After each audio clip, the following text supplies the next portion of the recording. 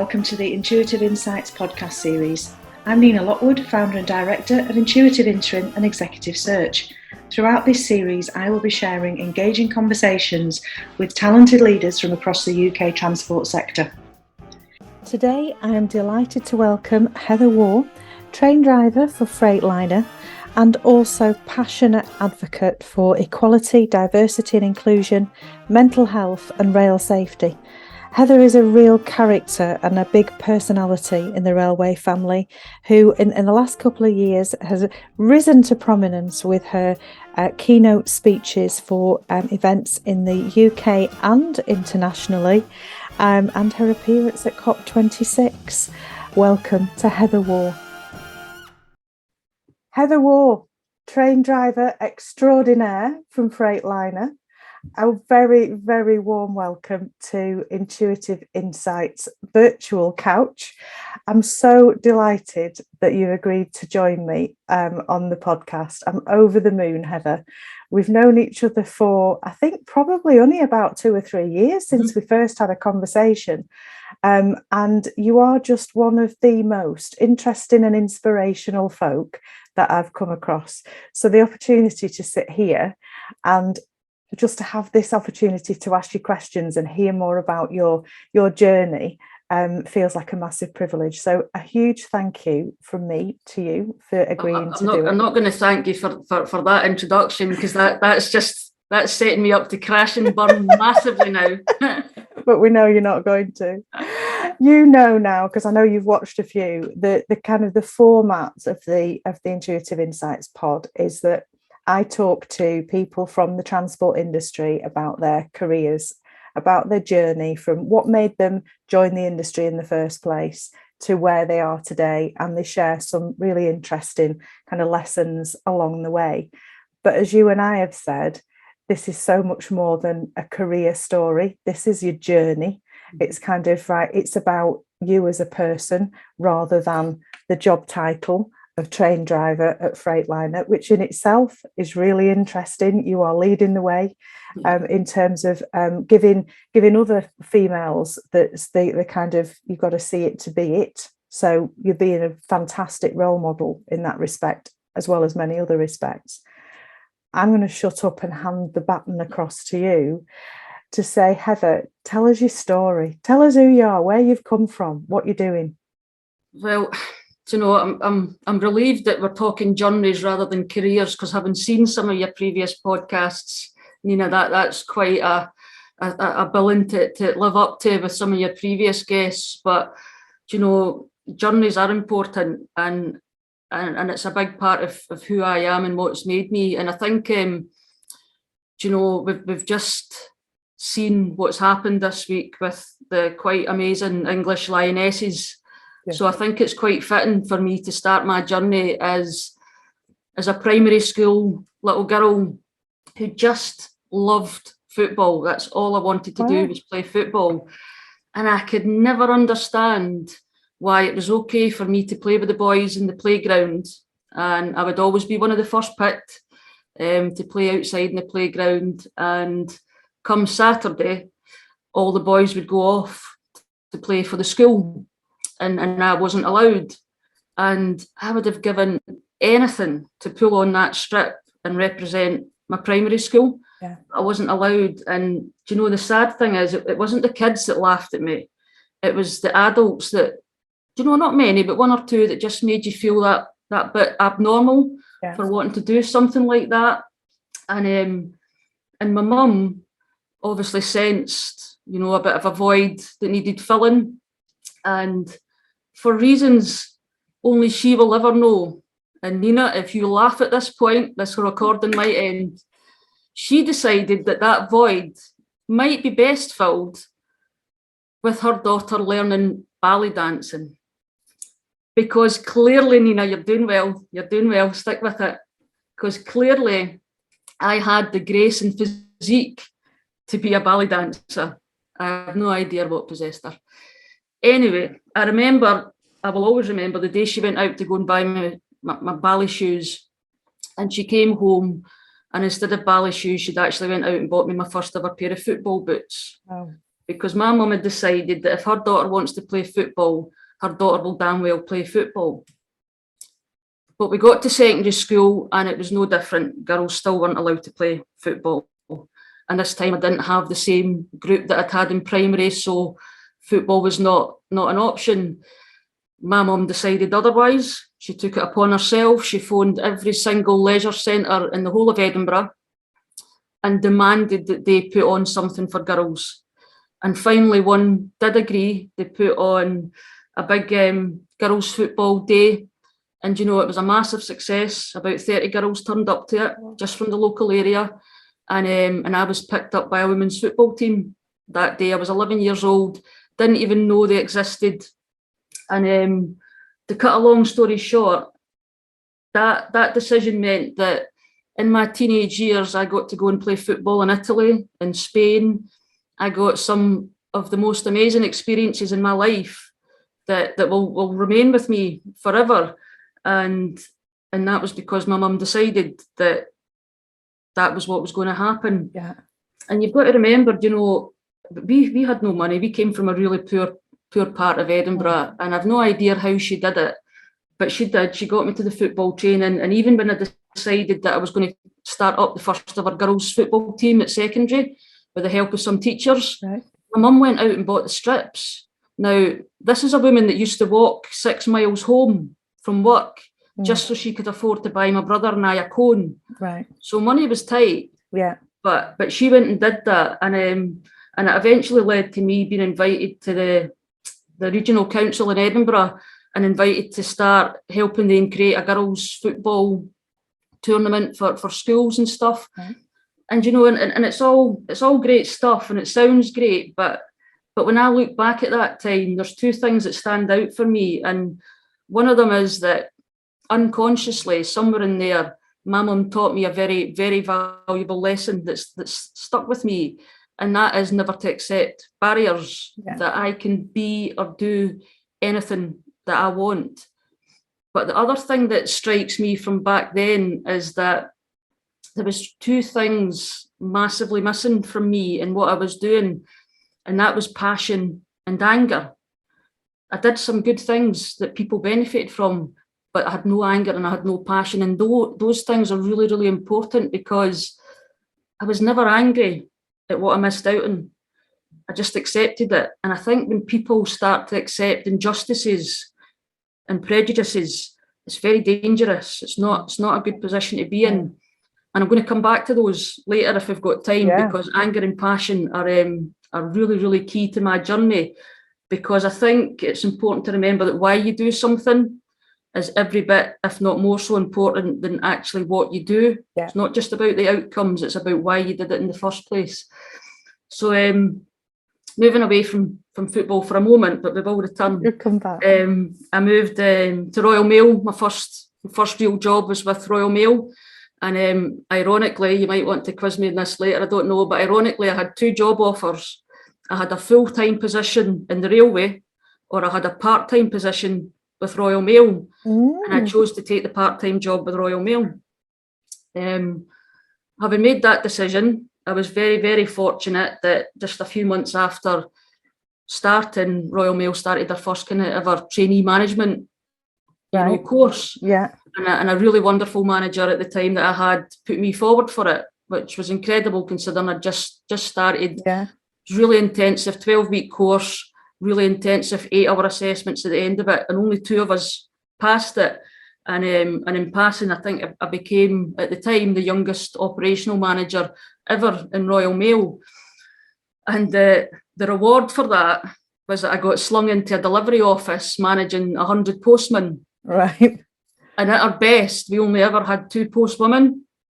And I was at Royal Mail for 10 years. I did a lot of roles. I did a lot of things that I'm proud of. You know, I had a good career there.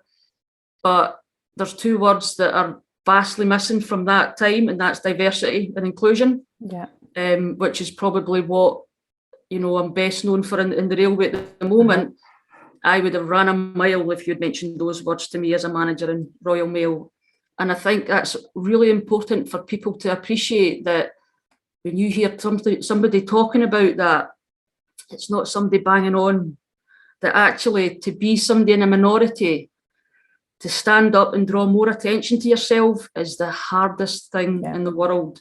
Who wants to be the woman talking about equality? You know, and whether you're a minority based on your gender or your sexuality or your ethnicity, you just want to fit in, you know, and the way to fit in is not to stand out. So genuinely, as a frontline worker, as a manager, I did not want to know about diversity and inclusion. Somebody else can give that brief. Keep it away from me. It's hard enough fitting in and being accepted and being respected without starting to mention those words. So I avoided it. So when I left Royal Mail after 10 years, I've done a lot of things, but diversity and inclusion were not one of them. And you laugh at this, you know, that the first time that I realised that it might be not the job for me, and I'll always remember this, I was sitting watching Scotland v England men's, and it was a big tournament. It was the Euros or it was the Worlds, and it was a playoff. And I'll never forget, Scotland had actually done quite well in the first leg. And this was a return at Wembley. As always, we were expected to get beat. As always, we raised our game for England. We were actually playing really well. And I'll never forget, near the end of the match, Christian Daly of Scotland had a point blank header. Couldn't miss, this much away from the goal. Couldn't miss. If he scored, Scotland were through. Knocked out England, everything. Everybody around me were already celebrating. And for one slight split moment, I thought, oh my God, nobody's coming to work tomorrow. And I panicked. And in that millisecond of thinking, how am I going to cover these duties? How am I going to do this? Somehow David Seaman, the England goalkeeper, pulled off the greatest save I've ever seen. And we didn't score and we didn't win, and England won and we went out. And till the day I die, I will blame myself for Scotland going out that night, because it was my moment of doubt. And I thought, do you know what? This isn't the job for me. I'm out of here. The mind is a very powerful thing, Heather. So yeah, I think there was definitely some vibes going across to David Seaman and his big gloves. You're not helping here, Nina. Like, I've got the weight of a nation's disappointment on my shoulders already. It was me that did it. Oh my goodness. So I did that. I ended up, you know, fast forward to 2006, and I became a train driver with ScotRail. And it's funny because everybody assumes that it was my dad's influence that eventually led to me joining the railway. My dad was in the railway for 48 years, but he actually died before I joined. And I had never shown the slightest bit of interest in the railway. I had a love of the railway because we had free passes. So when I was young, my mum used to take me about, and you know, we used to go different places that other kids wouldn't get to go and see. So I loved the railway, but as a career, it didn't interest me. And I think what kind of stuck out for me, I remember again playing football and you're in the changing rooms and everybody's moaning about their job, because that's what we do, you know, in Britain, we all moan about our jobs. Everybody's got the worst job in the world. Everybody moaned about their job, apart from this one woman. Never moaned, loved her job. And she was a train driver in Edinburgh Waverley. Wow. I always remembered that, and it planted a seed that she always loved her job. So when the advert came up, I went for it, and I was really, really lucky. I got in to Yoker Depot with ScotRail. And I stayed with ScotRail for 12 years. Loved train driving. It was everything I hoped it would be. But again, diversity and inclusion were not words that I associated with being friends of mine, and I really did disassociate from then. Again, if you asked me then if I was trying to fit in, I would have said no, because I really did find that I fitted in the railway environment. But it's not until I look back that I can see just how much probably I wasn't fitting in as much as I believed it. And three things changed that have basically led to you not getting me to shut up these days, as you can tell. And I love it. So the first thing, I joined Freightliner January 2019, and Freightliner were kind of the first company ever to say, what is your perspective as a woman? Okay. And it made me think, and I'm like, why are you even asking me that, you know?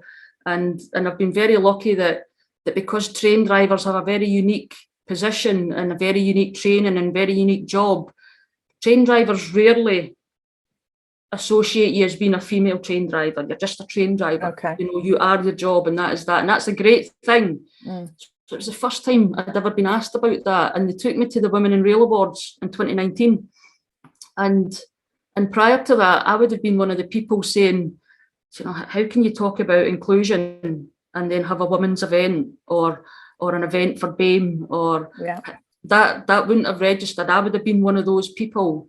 And yet it was kind of mind-blowing for me. It was a real light bulb moment, because you're suddenly in a room full of strong, powerful, successful women who aren't hiding who they are. And it's not just women, but for the first time, you're in a room of predominantly women. The balance is different, isn't it? Yeah. And suddenly, without realising it, you're being yourself. And you're seeing sides of yourself that you've never seen for a long, long time. And it's not until that moment that you realise just how much you've been unconsciously conforming and adapting in all your previous careers. Yeah. And it was a real light bulb moment for me. And it's when you're in that situation that you think, that's why these events are important. You know, that's why it's really, really important that people can be around other people like them, because that's the only way you can actually find the strength in being yourself. And then you take that back to the workplace, and you go back to the workplace a bit stronger and a bit more confident. And that's when the second thing happened. I went back to the workplace a bit stronger and a bit more confident, and I found social media, and I kind of threw out a couple of wee pieces of, you know, of my opinion and stuff. And, you know, the women of the railway, not just the women, but specifically at this time, the women of the railway absolutely astounded me, because I have never been in an industry where so many successful women are so willing to throw the ladder down for others. And, you know, people like Lorna MacDonald and Kendra Island at Hitachi, or, you know, the Women in Rail teams and Lucy Pryor. And if I'm not mistaken, very, very noticeably, a certain Nina Lockwood at that time, and unbelievably took the time to phone me. I was nobody. I tweeted a couple of times, took the time to phone me and say, get yourself onto LinkedIn. You've got something worth saying. I think you should say it to a wider audience. And that blew me away, to have that kind of support. And it's an industry that I think is quite unique in the fact that if you've got something worth saying, people will support and encourage you to say it. And that's really, really special for this industry, and something that I hope we never ever lose and that we really recognise. And the third and last thing, but the biggest thing for me, is that I watched that bloody interview that Natasha Hansen gave when she was the director of DRS at the time. And her passion just blew me away, because she believed in every single thing she was doing. She believed in every word she uttered in that interview, and it just came pouring out. And it goes back to what we were saying, that if why you're doing something will ultimately affect how successful it is. And if you and I have heard Alex Hines talking about bringing your true self to work, and if you hear David Horn at LNER talking about mental health and well-being, these are people that aren't trying to sound good or not trying to tick any boxes. These are people that passionately believe in what they're saying, because they've felt it, they've seen it, they've seen the benefits. And as outsiders, you can tell the difference. So watching that interview, you know, it just brought it home to me. I remember watching one of your interviews with Marie Cliff. And she said that the person that she admired had said that the goal is to have people who would walk over hot coals for you. And in that moment, I was ready to up sticks. And if Natasha Hansen was the manager at McDonald's, I wanted to work there. I will wash her windows, I'll make her tea. She brought that passion. And we'll go back to the start when I said I didn't have passion and I didn't have anger. The passion was there. And when you hear somebody talking about, you know, Natasha brought in hybrid working long before there was a pandemic, because she thought it was the right thing to do for her business and for bringing it for the people. That matters. Why you've done something matters. You've done it because it was the right thing to do, not because you've had to do it. And just so many things that just resonated with me, you know, and I was really interested. So again, she was one of the people like yourself who'd reached out and said, I think you've got a voice, I think you should use it. So I reached out to her and I said, I don't really get it. I don't get diversity and inclusion. It's scary. I don't understand it all. And she was great. She took the time to educate me, you know. She educated me on why visibility was important. And I think most importantly, she added that final ingredient. She added anger. She made me read Invisible Women. Right, okay, yeah. If there's one thing that people take from this today, man or woman, whatever your background, you need to read that book, because it brought the anger, without a doubt. But more importantly, it just made me aware of, if I didn't know as a woman how many ways I was being disadvantaged in the world, how the hell can we get angry when men don't get it? Exactly. Yeah. Do you know? God, I completely agree. And then it made me realise that if I didn't see these things that were affecting me, what else am I not seeing? You know, what are people who are, you know, visually impaired, what are they experiencing in life? What are people in wheelchairs experiencing? What are people with ethnic minorities? What are they experiencing? It really, really opens your eyes to the fact that we create worlds based on what we need. And the reality is, for us and our industry and most of the world around us, is that it was created by men. So they've made it work for themselves. And you can't fail to read that book and not get angry that you're more likely to die in a car crash because you're a woman, because nobody thought to use female crash test dummies, because women don't drive cars. Or, you know, cancer treatments that were delayed because nobody thought to actually check out a female anatomy for drugs that affected females. And this isn't things that just make women angry, you know. This is people's mums and daughters and sisters and friends, you know. It makes us all angry, and I think it's really important that we learn the lessons of walking in the shoes of other people. Yeah. And that's where my journey brought me to, because you can't achieve that without diversity and inclusion. You need to create an environment where you have those differences of experiences, you know, and it's not good enough to stick one woman in a boardroom with 12 other men, because that woman will just end up conforming and adapting, or one person of a certain ethnic minority and throw them and say, well, we've been diverse, you know. We were at the podcast that you did recently where diversity is a fact. Yeah, inclusion's a choice. Yeah. You know? And that's my journey. That's where I got to today, that I've realised that, you know, it's not about blaming anybody about the environment we're in, but as a woman, it's time that I need to get angry. I need to understand that I'm not doing this to upset the people around me that I work with. Yeah. I'm not doing this to create attention, God forbid. I'm doing it because every time you do it, you affect somebody that's watching, and you give strength to somebody else that's watching, just like the Nina Lockwoods and the Natasha Hansons and the Alex Hines have done for me. We all need to speak that, and we can only do that by sharing our own experiences and our own journeys. And that's what I've started doing. And it's nice. I think I always insist on the fact that I'm not an expert. I'm not an expert in any of this stuff. And that's what's key, because we hear from experts a lot. What we need to do is hear from a variety of people that live it and work it, and people who try and couple up locomotives with uniforms that are too long for them, or boots that don't fit. We need to have those conversations. We need to hear from the women that still need to go and ask to use for a key to use the toilet, you know, and walk 10 minutes away in a piece break. We need to hear those stories, and we need our kind of the leaders in our organisations to make that personal link and understand that this isn't about making the website look good or making the pictures look good.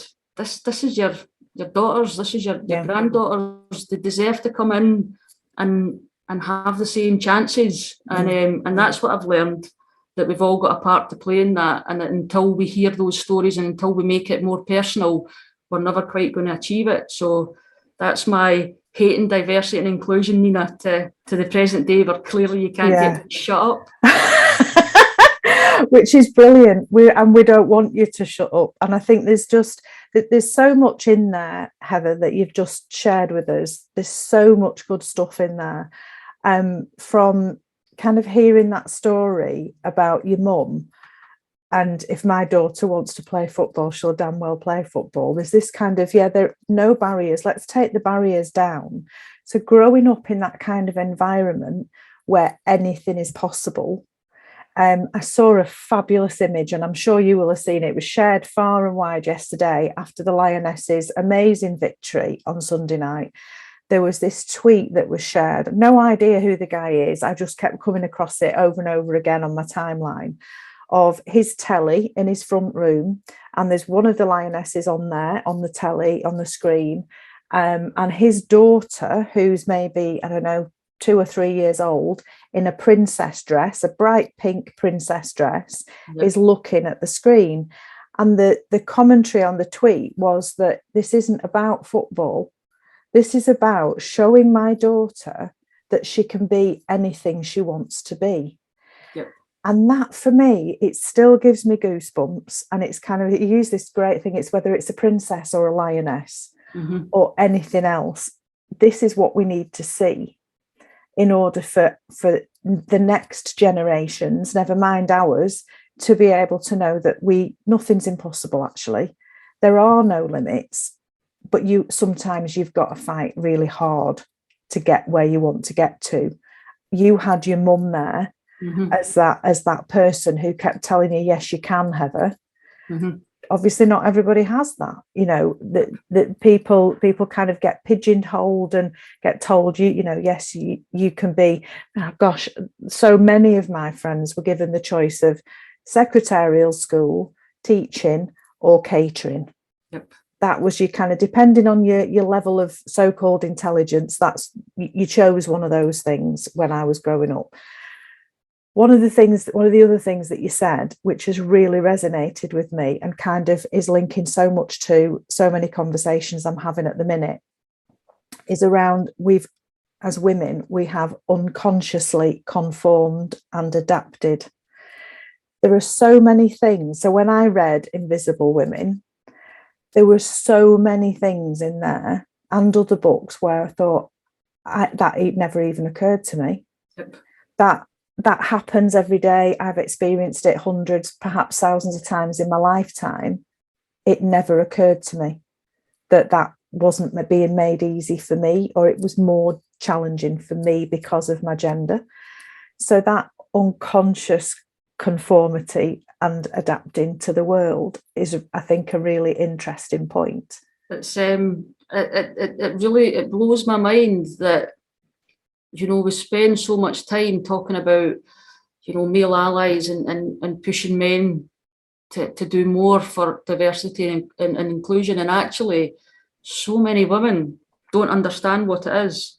I've spent my entire life wanting to be treated the same. That has been my goal in life. Yeah. Why should anything be adapted or changed to suit me?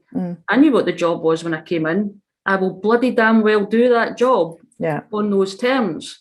And that's not equality. And I always remember, and again, it was one of Natasha's slides, and I'll steal it. It was a slide that basically showed, a man, a young girl, and somebody in a wheelchair, and they're trying to look over the fence to the horse racing or the football or whatever was on. Yeah.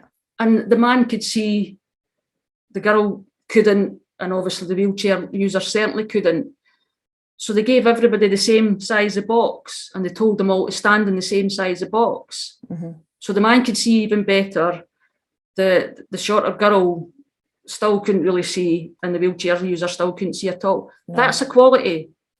That's not being treated fairly. No. But that's what being treated the same is. And I suddenly realised that, oh my God, I'm actually contributing to the problem because I want to work in this environment that was never designed for me. Yeah. And I'm wanting to make it work. And as long as women keep doing that and not actually raising the fact, well, do you know what? It's not actually that we're asking you to change and adapt for us. It's the fact that you didn't actually consider us in the first place, or anybody out with the norm. Exactly. So-called norm. And it's why I'm so passionate that we talk about attracting and diverse people, and you're never going to attract the kind of diverse people that you want if your policymakers don't reflect that. No. And I would have never have thought that 10 years ago. I never thought it 5 years ago, and I probably wouldn't have thought it until I went to join Freightliner, thought, what the hell am I doing? There is no women in this industry. And I saw an image of Debbie Francis on a locomotive and read that she was the managing director of Direct Rail Services. And in that moment, seeing a female director, I was like, all right, well, it can't be that bad. And as a frontline employee, I would have never have thought that a director would have that impact on me. That is what is needed, Absolutely. You need your policymakers to reflect the people you want to attract, because you're never going to do it, and I say it all the time, I can't create a town centre that works for somebody visually impaired any better than a man can create a railway that works equally well for women. We can all guess, we can have great guesses. Exactly. We can do our best, can't we? We can do our best to kind of try to put ourselves in that person's shoes. But this is not our lived experience. We've got our own lived experience of what it's like to feel us. I remember I was so impressed. I was privileged enough through the National Rail Award judging thing that I'm involved with. I met Maggie from Glasgow Queen Street Station. Right, yeah. Oh my word! I'm trying to remember her surname, and it's escaping me because I'm a woman of yes, Maggie Hoy, and she was talking about what they'd done in terms of there was people who'd designed the infrastructure, designed this whiz-bang station at Glasgow Queen Street, but it was Maggie's intervention by bringing in, for example, the deaf school, bring people in who are, in terms of their hearing, they need more of an accessible environment. That how are we ever going to know what that feels like? It just isn't possible.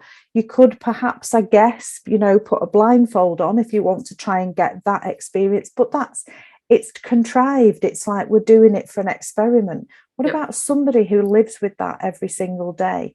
Whether that's people, as you've mentioned already, if it's wheelchair users, if it's different, we all have different needs. And clearly the railway can't account for every individual need, but we need to get so significantly better at recognising. You're right. It's not about getting perfect. It's about understanding why we're trying. And that's, I think, what I try to get across to people, look up from the computer screens and the spreadsheets every now and again and look at the people that you're actually trying to improve what we're doing for, not just in the rail industry, but everywhere in life, really understand why we're doing this, bring the passion, bring the anger, absolutely, and make it personal. And Heather, that's one of the words that I think I've used more in my professional life since I joined the rail industry than I've ever used before, because what I didn't realise when I set the business up nearly 10 years ago now to focus on the UK transport sector, I had no idea the passion that I would find in the people who work on the UK railway network. I've worked in loads of different industries, in a proper job when I was in banking, and then consultancy stuff, loads of different industry sectors. I have never met people with the level of passion for what they do as people in the railway family. It's incredible.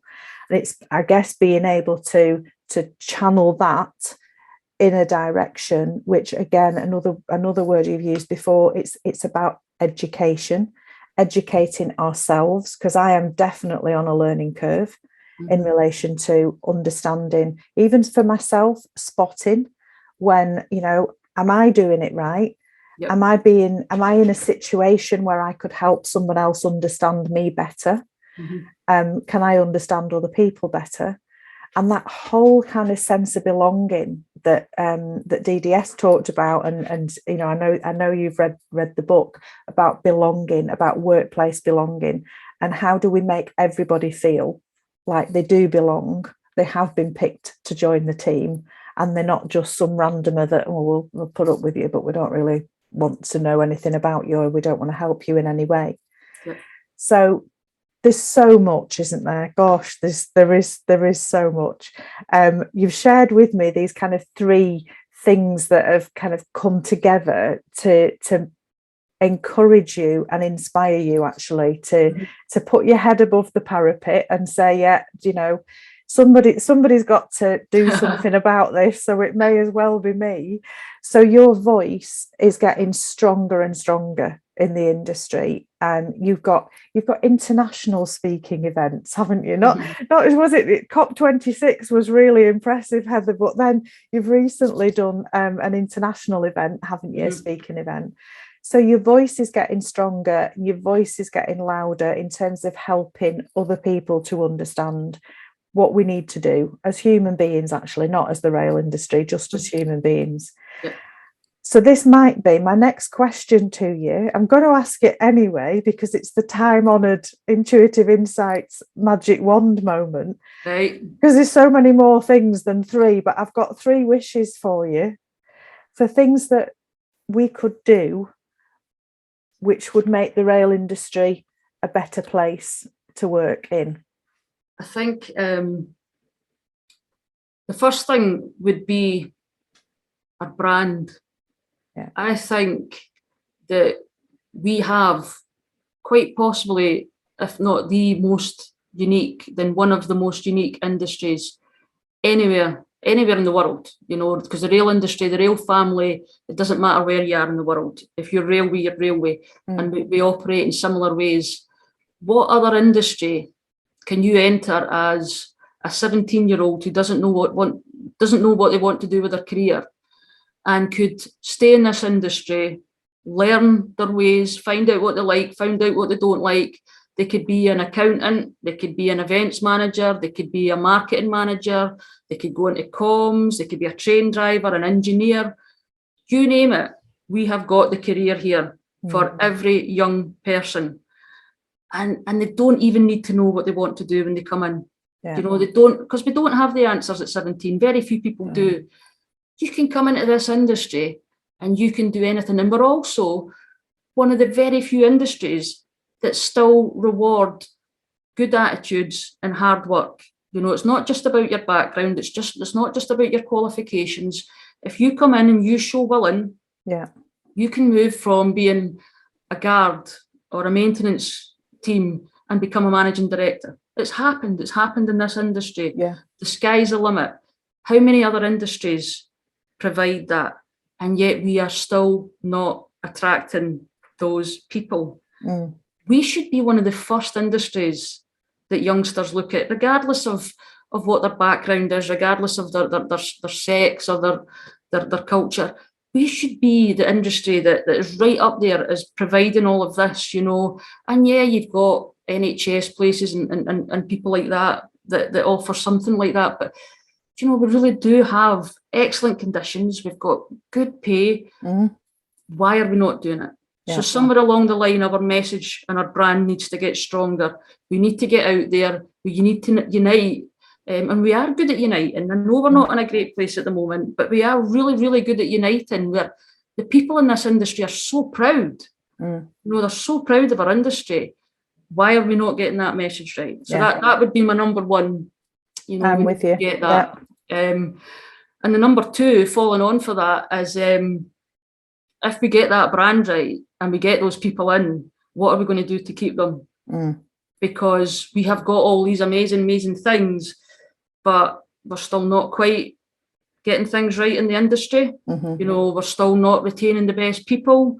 We're still not getting the diversity and inclusion right. And as long as we've still got leaders, and we still do have leaders who don't quite get it, that it's a bonus, that, you know, it's about the bottom line and it's about this is what I need to achieve. And if you can make something like that look a bit better, then you go away and do that. Until we bring that the other way around and we realise that actually creating a great place to work comes first, and then all the figures and all the statistics and all the achievements will follow that. we need to create the industry that actually keeps the people when they come. And yes, you hear time and time again that people join and never leave, but we're also losing good people, and we can't. We need to get that right. So we get the brand right, get them in, keep them. Third thing, I'm going to be a bit controversial and a bit blunt, a bit political even. You know, the last thing that our industry needs right now, quite frankly, is a pissing contest between the UK government and the unions. Yeah. And somewhere along that needs to be resolved. And I don't pretend to know the sides of the arguments to this, Nina. I don't know who's wanting what, and I don't know what the answers are. But what I do get the sense of is that I get the feeling that the talks are almost, you know, hands tied behind the backs, and that they're almost, you know, powerless in this at the moment. And that's totally unacceptable. We need our talks to get the control back and the power back that we need to sort this. We had a dispute in Scotland, and it's always disappointing to see any kind of dispute. But, you know, for all, I'll not pretend that everybody's best friends and stuff. We do get a lot of things right in the way we run the railway in Scotland. And, you know, the Scottish government said, this is what we've got in the pot. There you go, ScotRail, do what you like. Add to it, take away from it, but bloody sort it. Yes. And you know what? They did. Yeah. And I don't, again, know all the ins and outs of what was achieved, but they were given the freedom to go away and sort it. And right now, I get the sense that some of these train companies are trying to do something with their hands tied behind their backs. Yeah. And when you see some fantastic companies like E.D I, you know, one of the best companies for how they treat people, when they're getting pulled into stuff like this, you know there's something more political going on. Yeah. You know, that needs to be resolved. And to me, at my level, it seems to be just a bit of a pissing contest, and we can't afford that, and no. It needs to be resolved. I am so with you. I think one of the big surprises, so a massive positive surprise when I came in to work with the railway, was how passionate people were. I love that. One of the not so positive surprises was the impact of politics on this industry, and how much the government, I'm going to use the word interferes. I'm sure some people will object to that and others will completely understand why I'm using it. Yes, we rely on subsidy, and therefore, you know, we kind of have a relationship to maintain with the Treasury as an industry. But this is not helping. So wherever the blockage is, from my perspective, doing the job that I do, when I've been an evangelist for the rail industry for the last nearly 10 years, trying to encourage people into an industry where we're not covering ourselves in glory at the minute in terms of how this is playing out, is difficult. And then when we kind of add on to that we are approaching a cliff edge in terms of a skills gap, never mind numbers of people that we're going to need as we move forward, and different skills. How do we attract those people? How do we get them to come and join the industry? There will always be pioneers. There'll be people like you who want to do it because they're prepared to put themselves forward and be at the front of change and transformation. So absolutely, there are those people, but there's not enough of them to do what we need to do. And if we haven't got enough people, we're not going to be able to give the level of service that the customers need. So will the customers stop coming? And then will the government say, well, hang on a minute, we're not invested in you because you're not making enough money? So there's too many dependencies in this, and there's kind of obviously lots of people working really, really hard. And I know a number of them, and you do, who are working so hard to resolve this, but it just feels like where we're getting with this, what's going to happen. And in reality, you know, September time before we get a new leader into the government. So will it all remain a stalemate until then? Who knows? But it's very sad, and it doesn't mean that people aren't entitled to, you know, to raise objections and raise concerns, and that's how you progress. You progress by, you know, fighting for better conditions, and that's fine. It's just I find it unbelievable how many companies are involved right now, and that suggests to me, and I don't have the insight that the likes of yourself and other people does, but as a layman at my level, that strikes me as people having their hands tied behind their backs, too much interference. And, you know, we're just at such a crossroads right now. As you said, the cliff edge is coming. We need to encourage people back in, passengers. We need the rail industry not to revert to being an industry that people don't want to be associated with. Going right back to the days when I had a chance of a full-time job with the railway or a part-time job with Royal Mail. We don't want to be going back to those days where you would do anything rather than coming into the rail industry. We need to get away from that. We need to progress. And even from I'm Railfreight. We are at the most, you know, important stage probably than we've ever been. I think that the pandemic probably highlighted to people, possibly for the first time, just how important we are. Absolutely, you know, I remember at the darkest days of COVID, I had people applauding when I went through train stations in villages. And, you know, and that'll remain with me. People suddenly realised what an important role we had. Yeah, absolutely. And we're pivotal now to our recovery for the economy. We're absolutely vital to the decarbonisation future that we're all wanting.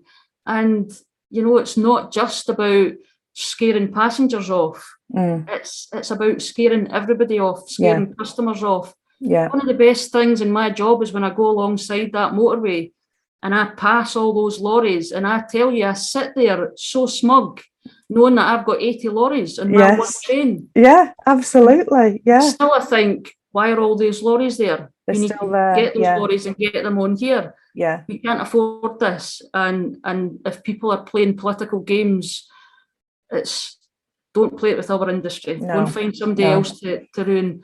We have got too much going on, too much good, too much positivity. You know, let the people that know how to run this industry get on with running it. Let them resolve it, and just keep the hell out. I can't follow that. I can't follow that at all. Brilliant. I love your 3 wishes, and they would be, if I was giving myself 3 wishes, they would be pretty much the same as yours. Completely agree. We need to bring the conversation to a close because we've kind of reached that point where I'm going to ask you just to leave us, Heather, with a quote, please, that has kind of meant something to you, that resonates with you in some way. So a pearl of wisdom to leave us with before we finish the podcast. It's probably not the best timing given what we've just been talking about, but leaving that slightly negative aside, it's a quote that actually came from Natasha Hansen and Debbie Francis when they were at Direct Rail Services, and it really, really resonates with me. And it's simple. It's look after your people and they will look after your business. Yeah. And that says everything to me about how you succeed, the loyalty you get back, the retention you get back, the going the extra mile that people give you when they feel inspired, when they feel valued, is priceless. And you will see that in your profits, you will see that in your customer service. And just to leave you with this, you know, a few weeks ago, in fact, it was a couple of months ago, there was really bad disruption. I remember being in Edinburgh Waverley. I was going somewhere as a passenger, really, really bad disruption. Now, in my past, the attitude of rail staff, quite frankly, would be to hide. Who the hell wants to be anywhere near that? Do you know it was like being at bloody Butlins, the amount of red coats of LNER staff that were out, that were visible, that were going looking for people to help. And that's what you get when you look after your people, because LNER have got a long-standing history of doing the right thing by the people. And you get it back, and your customers get it back. And I think I hope that I demonstrate what you get when you inspire somebody, because I have done nothing until the last 3 years. I've done my job. I've came in, I've done my job, and I've gone home. And I've tried to step up. Everything I've done in the last 2 or 3 years has been in my own time. I don't take time off for it. I want the message to be what's important. And that's what you get when you inspire people and you look after them. So look after your people and they will look after your business. Brilliant. And it's definitely my own philosophy, so I can completely agree with that, Heather.